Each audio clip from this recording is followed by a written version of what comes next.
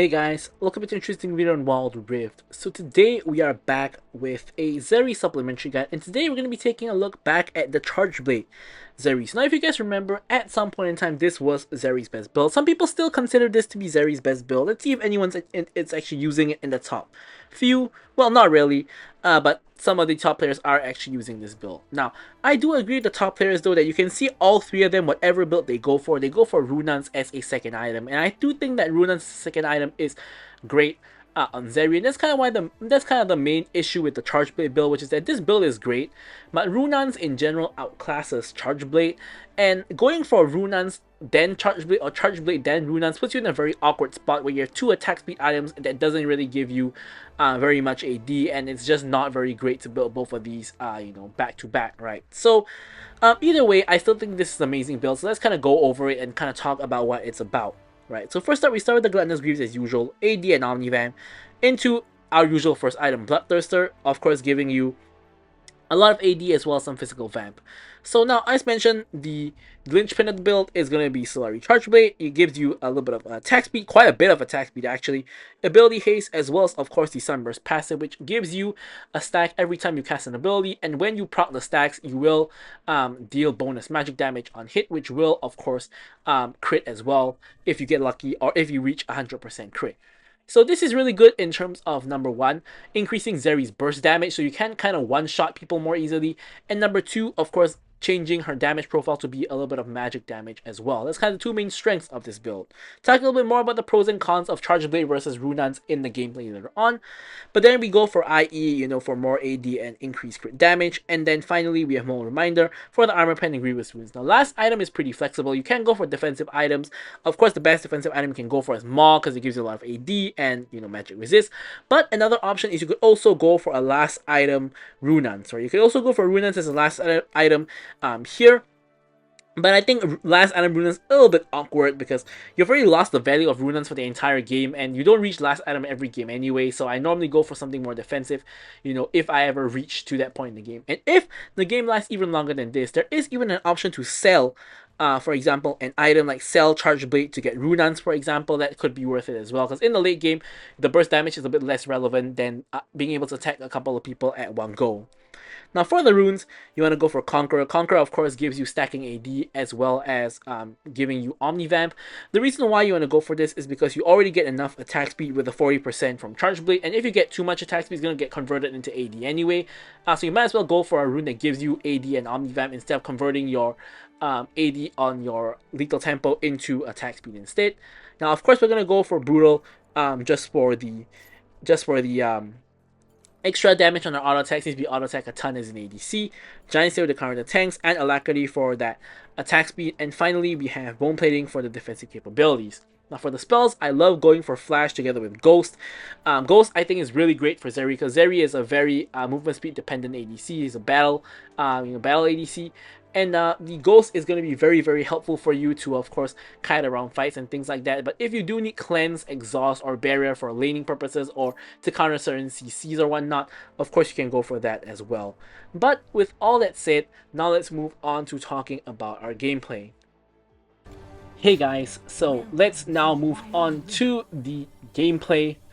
So I do think Zeri is a pretty decent ADC right now. I think she's in a really pretty good spot. I do rank her pretty highly on my tier list, and of course, as I mentioned in the build, I think Runans is probably the best second item compared to Charge Blade. But now let's first talk about the pros and cons about Runans versus Charge Blade, right? So I would say that with Runans, the main thing you get, that the attack speed for both is comparable, right? It's 40% versus 35%, so 5% attack speed, not really the biggest deal in terms of stats, One kind of thing that actually matters is that Runans doesn't give you crit, whereas Charge Blade gives you crit. So the first kind of pro of Charge Blade is that it gives you crit, right? So you're going to hit crit, full 100% crit at 4 items instead of the 5th item, which with Runans you need to go to your 5th item to actually pick up 100% crit. So that's one of the few benefits, not few, but one of the first few benefits of going for Charge Blade over Runans, right? So in terms of stats, Runans gives a little bit of on-hit damage, not a ton, but it gives you a little bit of AD as well, which Charge Blade, of course, does not give. right? But what Charge Blade does give is ability haste, which you don't get with Runans. Now this is nice, but not the most important. Of course, with Charge Blade, you do want to proc abilities more often, so very logical that you do get that ability there. So the main point of comparison, in my opinion, is the passives, right? So let's talk about the passives, right? With Runans, you are able to attack 3 people at the same time. Of course, you attack 1 main target and then 2 backline targets. Right, and the main reason why Runans is such an amazing item for Zeri is because she has the sort of Graves issue that you can only attack the first target. So for example, if there's a minion blocking me, if someone stands behind the minion, I cannot hit the guy behind the minion. I can only hit the minion, and that's really big problem if I'm like a 1v1ing another ADC and they hide behind the minion and I cannot hit them, right? That's obviously a big problem. Same problem happens in team fights where, for example, if you can hit only the tank, I mean, a lot of ADCs can only hit the tank, right? So that's not the biggest issue, right? But it is just a huge benefit to, while you're hitting the tank, you're able to hit like 2 other people, either behind them or simply next to them, right? Just attacking 3 people at the same time is just really amazing. And of course, sometimes you do have an issue where, let's say you're in a 2v2, there's the tank and the ADC, let's say in this case there's a Swain and Caitlyn. If Swain stands in front of Caitlyn and then I can only hit Swain, that's going to be an issue as well. So just having Runans to solve that issue is just going to be great. So what's really the pros of Charge Blade over Runans, right? Obviously the first one I've kind of pointed out just now, which is giving you crit and getting you to 100% crit faster. And the second benefit, of course, is, I mean, I mentioned these 2 benefits already in the build section of the video, but it's going to be the mixed profile as well as the burst. So first up, mixed profile, right? So you can see that in some games, you do have a very heavy AD team, for example, and you are not able to really build magic. I mean, you can actually build a AP build on Zeri. I've shown that one on the channel before, so check that one out if you haven't. But if, for example, you're building like a normal ADC and you build AD, you do want to have a little bit of magic damage in your build, and that's where items like Charge Blade, come in, right? So Charge Blade gives you, some on-hit magic damage, same as items like Terminus or Wit's End that also give you on-hit magic damage, right? So you do get a little bit of a mixed profile, and it helps to kind of counter tanks. So tanks, for example, let's say, whether you're in a team that has AP or not, right? Let's say if you're in my team, let's say all of my teammates are feeding, right? Let's say Victor is like 0 and 5, and also we have Karma 0 and 5, they do no damage at all. Then having a little bit of a mixed damage profile is going to come in very handy on Zeri, because this is then going to, of course, allow you to counter the tanks a little bit more. Because if you notice here, for example, Swain, he cannot just purely build armor items, he can't just build like Thornmail, Frozen Heart, things like that, because he's going to end up taking a lot of magic damage from you, so that's a huge benefit. Now, of course, the other huge benefit is just having the extra burst damage from the Charge Blade passive. Because with the extra burst damage from the Charge Blade passive, you are going to be able to burst down people a lot more easily. So one thing Zeris love to do is you dash in over a wall, you ult, and then you Q, and then you start autoing someone into high heaven. And with the Charge Blade and going for this kind of combo, you will, of course, the dash plus the ult plus the Q is 3 stacks, right? And then you have 3 Charge Blade autos before you have to like W, for example, to get another Charge Blade stack. But normally by then, if the target is a squishy target, even if it's a tank sometimes, you will be able to kill the target. And just one-shotting the initial first target is going to be huge, because removing one member of the enemy team from a fight in a very quick manner is, of course, going to help you win the fight. With Runans, you cannot really do that very well, because Runans doesn't give you any kind of burst damage, but it does give you a lot better DPS to, of course, attack multiple people at the same time in longer fights. So really what I'm kind of saying here is that there are kind of pros and cons whichever build you go for, and it is kind of a personal preference, although I would say that in general, I would say that the Runans build is more consistent and better, right? So now let's take a closer look at what's happened in the game so far. You can see we're 2-0-1. Vi came in for 2 ganks, the first one burning Caitlyn's Cleanse and Flash, and the second one, of course, going onto a cleanseless and flashless Caitlyn, allowing us to go in with the ulti, killing both Swain and Caitlyn, and picking up our first 2 kills of the game, and accelerating us into a 600 gold lead against Caitlyn. And literally the 600 gold comes from 2 300 gold kills, so nice job by Vi with the ganking here. My team is now contesting the dragon. My team actually gets the steal, and here I'm ulting and I'm just attacking whoever I can. We get the kill onto Rengar, and now we're chasing onto the Caitlyn as well as the Syndra. We get the kill on Caitlyn, now we're chasing Syndra down. Syndra is really low. Victor comes in with the KS, and now we're chasing onto Swain. Swain doesn't have flash, so he's gonna get slowly but surely run down. Yone spotted, we sidestep the ulti, and we're able to barely finish Swain off. and getting ourselves yet another kill. So now, since we're already in the mid lane with Riven and Victor, we're just gonna destroy that mid lane tower. I'm not sure we're gonna get the whole tower, but we can get some plates. I mean, it's a 3-way split, but overall I think we've gone like 4 plates, so that's 200 gold per person. Still great for the team overall. And Riven, Victor, and myself are all carries of the game. Now my team ends up getting into a fight at Herald, but I really need to reset because I'm low on mana and I have my Bloodthirster completion, so I really don't want to go there and fight. Now, since the entire enemy team is there, I'm actually making my way there instead of going to bot lane, which is where I would normally go, just in case the fight continues, and then I'll be there to back my team up. However, it appears that my team is not gonna continue fighting, so I'm gonna instead just go back to farming. Now, Victor is here though, so we are kind of fighting for the same farm, which is not very nice. Here, unfortunately, we too get comboed by the Syndra, and somehow Victor survives on 1 HP. I really thought Victor was going to die there, but the enemy team does pick up the Herald. Now you can see a huge bot wave is kind of stacking up, and you can see that the enemy bot lane is actually backing, so they're only now just in base. So we do have a short window to push in this wave, maybe sneak a plate or two before they actually recall. Right now they'll be walking to lane already, so at most we can probably get 1 plate, and then they're going to be back into the lane. So we get the first plate, we're actually greeting for the second plate, we actually get the second plate, and they only show up when we get the second plate. So we're going to use our W to slow down Swain, dash away just for the extra safety, make sure we don't get caught by him, and we actually get out with another extra 300 gold off of the plates. Karma here is building full support. She actually has Ardent Sensor as the first item, which is going to help us a lot in the early game skirmishes, giving me the extra attack speed, especially since I don't have lethal tempo, and I have not yet built the Solari Charge Blade for the 40% attack speed. So we're in a really, really good spot here, 4-0 and 3.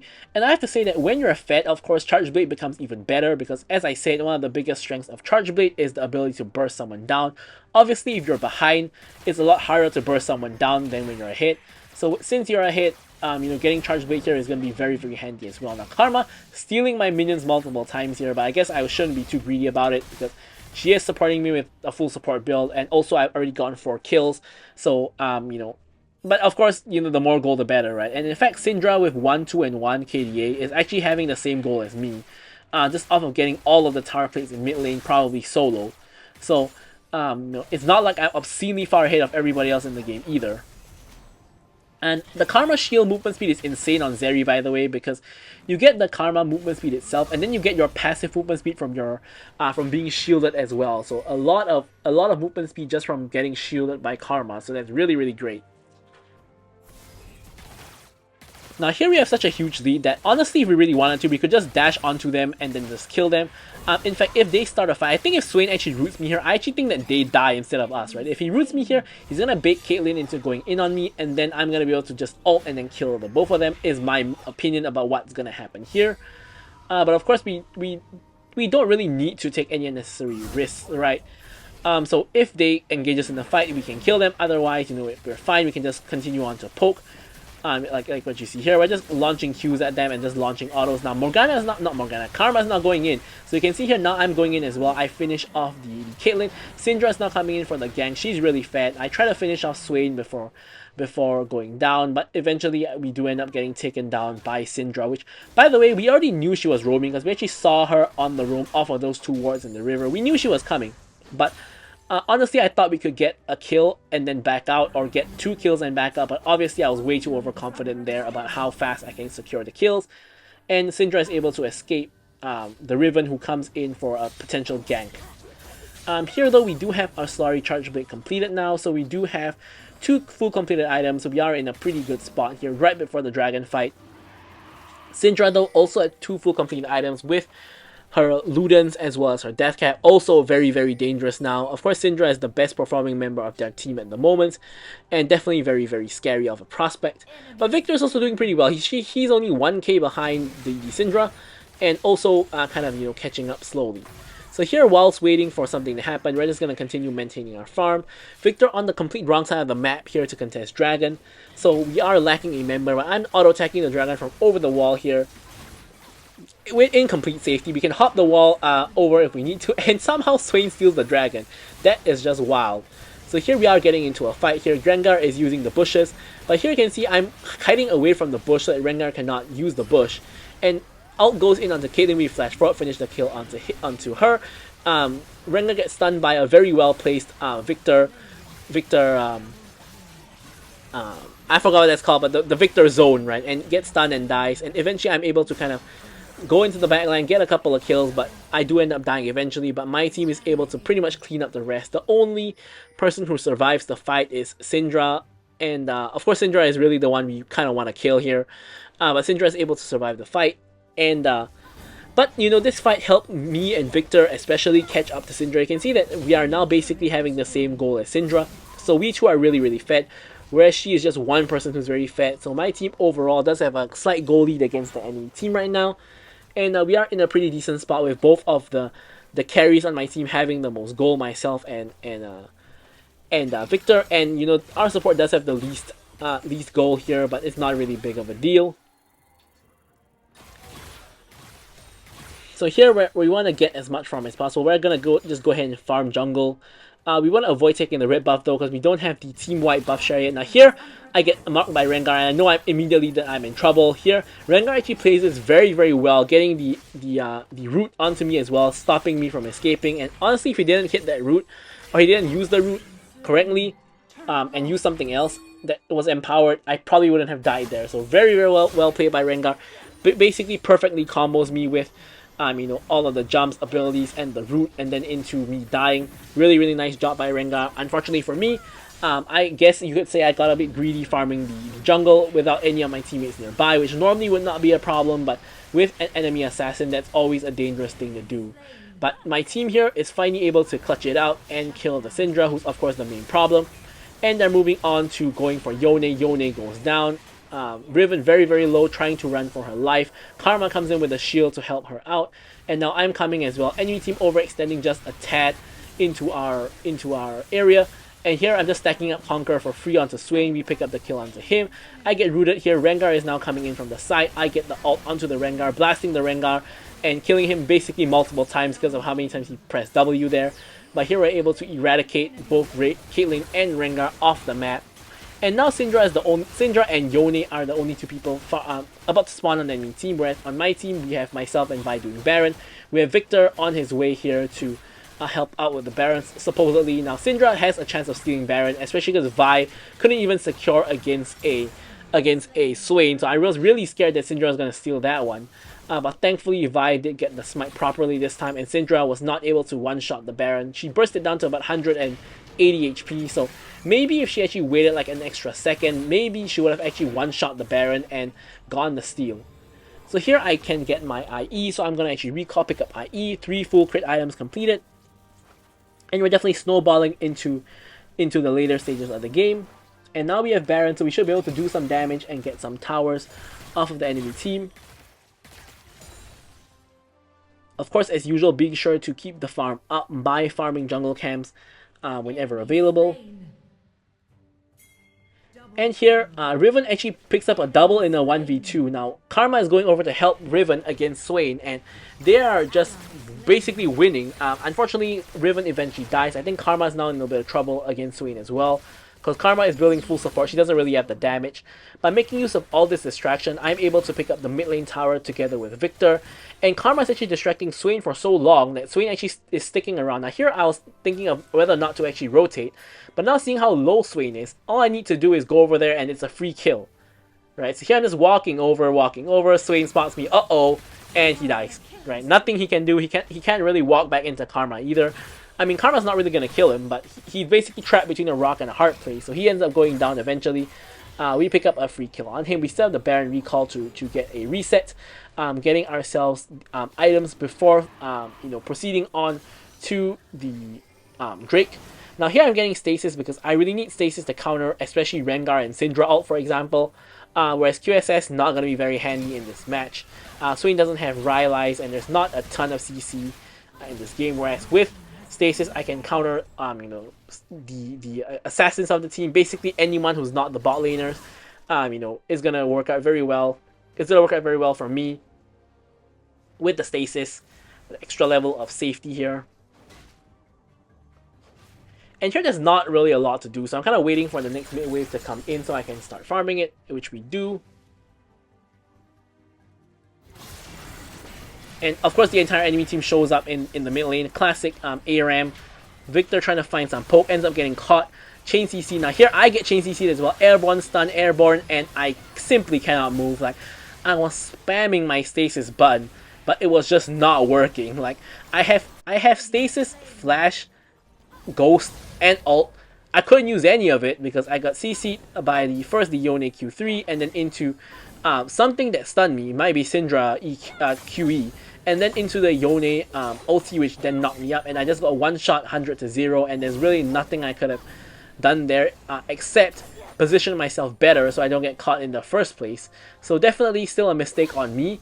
But honestly, once I got hit by the first CC, I just could not move for the rest of time. And I ended up just getting one shot. Basically, they had a choice of whether they wanted to kill Victor or to kill me, and they chose to kill me instead of Victor, which, you know, fair enough. It is what it is. And Victor ends up getting away instead of myself. But mostly, they're going to really only burst down one of the two of us, and normally, somebody there should at least get out.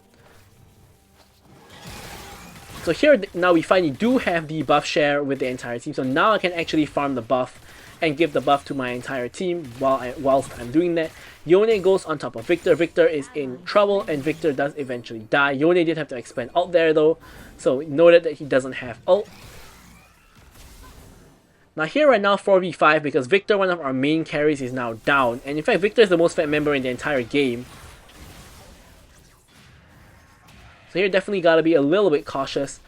Elder coming up in half a minute, Baron already up. Definitely should be a fight breaking out somewhere real soon because there's two objectives to contest and both teams probably want to win a team fight and get the objectives. So here I'm pinging to go for Elder because Elder obviously is generally the better objective because you get Elder, then you get Baron off of getting Elder. So obviously you generally want to go for Elder first. Now here, before I do Elder, I'm actually trying to get the bot lane push, right? So here I'm just being a little bit greedy with it, pushing the bot lane, and now unfortunately I run into Yone. I dodged the Yone ulti. Yone is now on top of me, I'm gonna have to pop the stasis, and Swain ends up coming on top of me, and now I'm in kind of a 1v1 against Swain. I don't really want to 1v1 him though, he's wasting my time, so I'm gonna join my team.